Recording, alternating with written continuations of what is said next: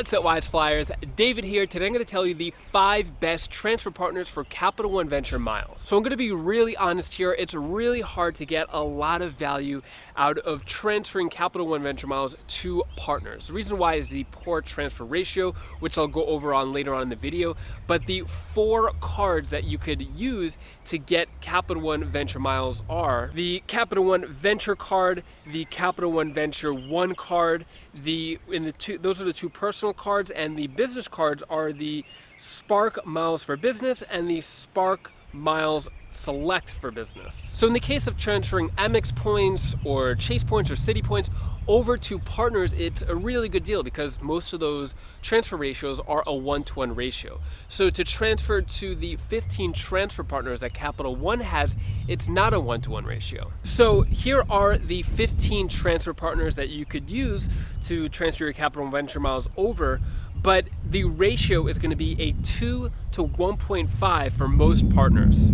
So that means you're going to get 1.5 airline miles for every 2 miles that you transfer. And the exceptions here are going to be Emirates, JetBlue, and Singapore Airlines, which are a 2 to 1 ratio. So essentially that breaks it down to 0.75 airline miles for each Capital One mile for most of them.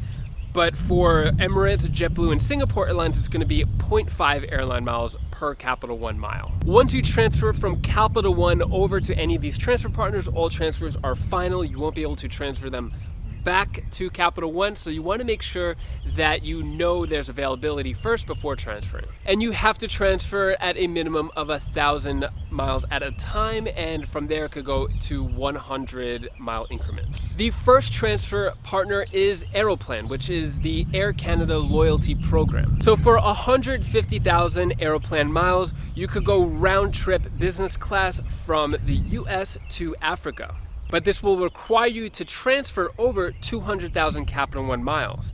And then it's 110,000 Air Canada Airplane miles for a round-trip business class from Western Europe to the US, but that's 147,000 Capital One miles.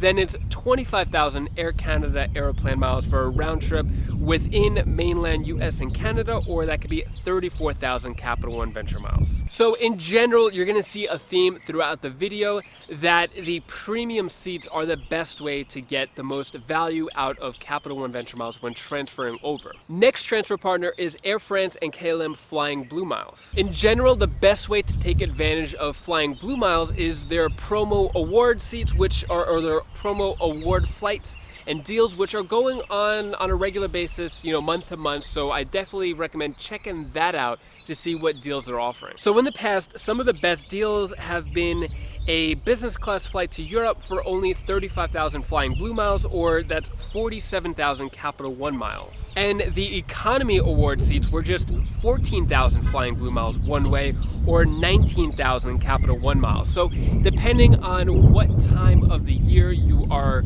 going to look for these award seats, you can find really low deals like that. It's not on a regular basis, but I think that is the best way to use Flying Blue miles if you have some flexibility. Otherwise, the regular Flying Blue flights award seats may not be the best deal because of the poor transfer ratio with Capital One. Next transfer partner is Avianca. So Avianca is a little more difficult. Not too many people like using Avianca. They have really bad, poor customer service, but they don't charge high fuel surcharges, and there are some really good sweet spots. For example, you could go from US Zone 1 for only 7,500 Avianca miles each way using United Airlines economy seats, and this would be 10,000 Capital One miles. And to clarify, to go from Zone 1 to 2 to 3, it's basically East Coast, Central, and West Coast, pretty much split evenly. So to go from US Zone 1 to Zone 2, that's 10,000 Avianca miles,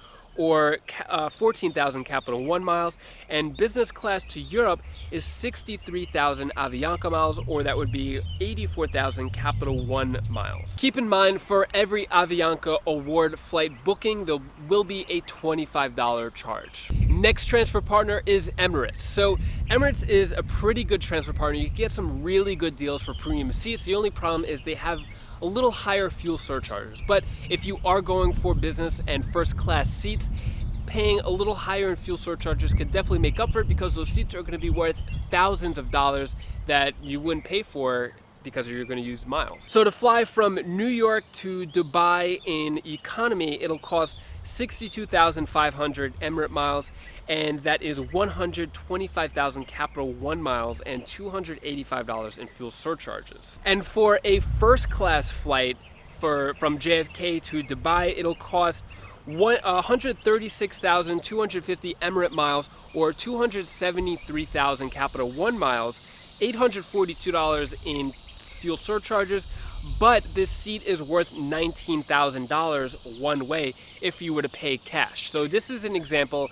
Even though you're going to pay a little extra miles, you're going to pay a little higher fuel surcharges, you're still going to save like $17,000, $18,000 if this is the type of premium seat you want to go for. But for Emirates economy seats, it doesn't make sense. The math doesn't work for transferring Capital One over to it for just economy seats, as with most examples of these transfer partners. Next is Singapore Airlines. So Singapore Airlines is a transfer partner of Chase, Citi, American Express, as well as Capital One. So if you wanted to top off your Singapore Airlines KrisFlyer Mile account, then sending some miles over from Capital One could be a good idea.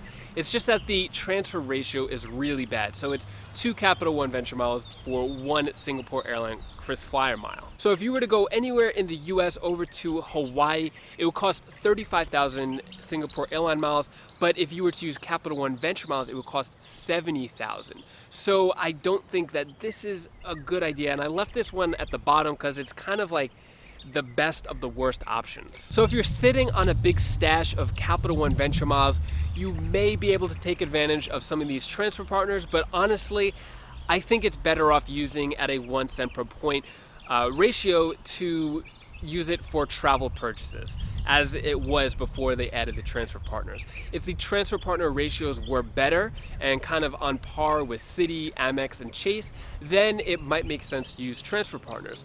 But I think the best way to use it is for obscure travel purchases, such as hotel boutiques, cruises, or trains and stuff like that, stuff that you would not normally use regular airline miles for or hotel loyalty points for. The great thing about Capital One Venture miles is you can make your purchase first and then kind of erase it in your account later on, as opposed to other programs where you have to have the points in your account and then you apply that point towards the purchase.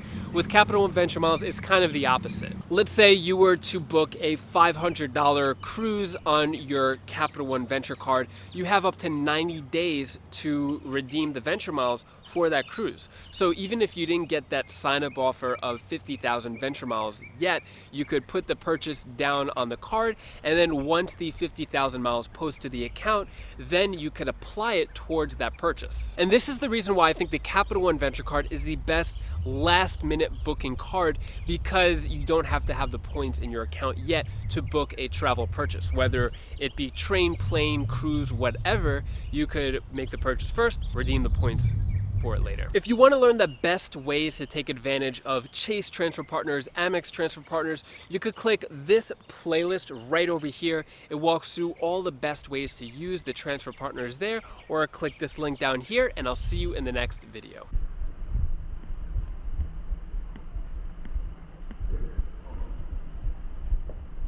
Mm.